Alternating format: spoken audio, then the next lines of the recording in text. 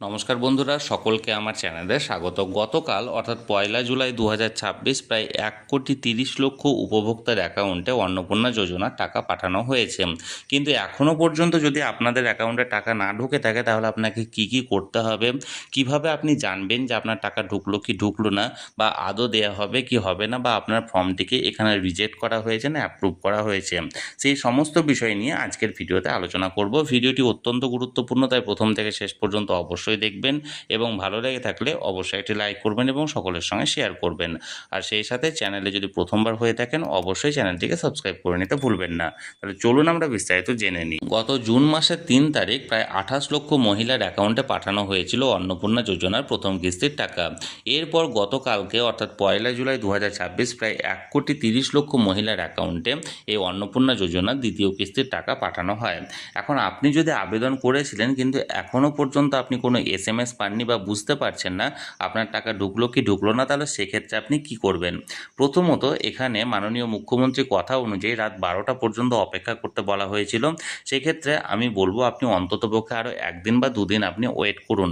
যদি 1 দিন বা 2 দিন অর্থাৎ 2 বা 3 তারিখের মধ্যেও আপনার টাকা না ঢোকে তাহলে সেক্ষেত্রে আপনি প্রথমত আপনি আপনার ব্যাংকে গিয়ে আপনার নিজের যে পাসবুকটা আছে সেটা আপডেট করিয়ে নিন।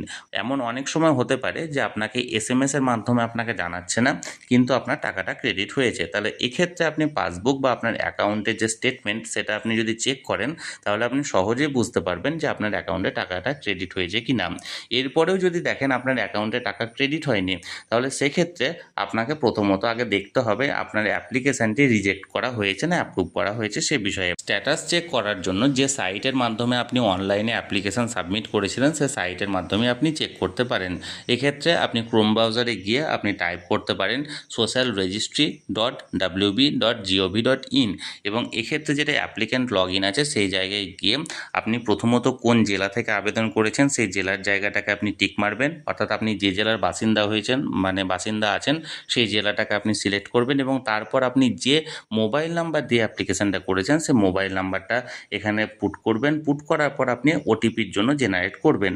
দেখবেন আপনার রেজিস্টার মোবাইল নাম্বারে একটি 6 ডিজিটের ওটিপি আসবে এবং সেই ওটিপিটা সাবমিট করার পর আপনার যে অ্যাপ্লিকেশানের যে ফর্মটা সেটা বেরিয়ে আসবে এবং সেখানে অ্যাপ্লিকেশান আইডিটা দেওয়া থাকবে এবং সেখান থেকে একটা ফর্ম ডাউনলোডের অপশান আপনি পাবেন।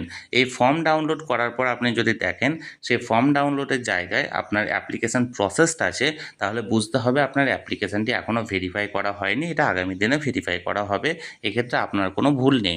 কিন্তু যদি আপনি দেখেন যে আপনার এই অ্যাপ্লিকেশানটি রিভার্টেড করা হয়েছে, অর্থাৎ এক্ষেত্রে রিভার্টেডের অর্থ হলো আপনার অ্যাপ্লিকেশানটিকে রিজেক্ট করা হয়েছে, অর্থাৎ আপনি আর এক্ষেত্রে আবেদন করতে পারবেন না বা আপনি এই প্রকল্পের জন্য যোগ্য নন। তাহলে এই পদ্ধতিতে খুব সহজেই আপনি আপনার অন্নপূর্ণা যোজনার অ্যাপ্লিকেশান স্ট্যাটাসটি চেক করে নিতে পারেন। তাহলে বন্ধুরা এই অন্নপূর্ণা যোজনা সংক্রান্ত বা স্ট্যাটাস চেক সংক্রান্ত আপনাদের যদি কোনো সমস্যা হয় অবশ্যই কমেন্ট করতে পারেন বা আপনি প্রশ্ন করে জানতে পারেন। আর এই ভিডিওটি যদি ভালো লেগে থাকে অবশ্যই একটি লাইক করুন এবং সকলের সঙ্গে শেয়ার করুন। আর সেই সাথে এই চ্যানেলে যদি আপনি প্রথমবার হয়ে থাকেন এই রকমের ইনফরমেটিভ ভিডিও আরও দেখার জন্য যারা এখনও পর্যন্ত এই চ্যানেলটিকে সাবস্ক্রাইব করেননি তারা অবশ্যই চ্যানেলটিকে সাবস্ক্রাইব করে রাখুন। ধন্যবাদ, দেখা হচ্ছে পরের ভিডিওতে।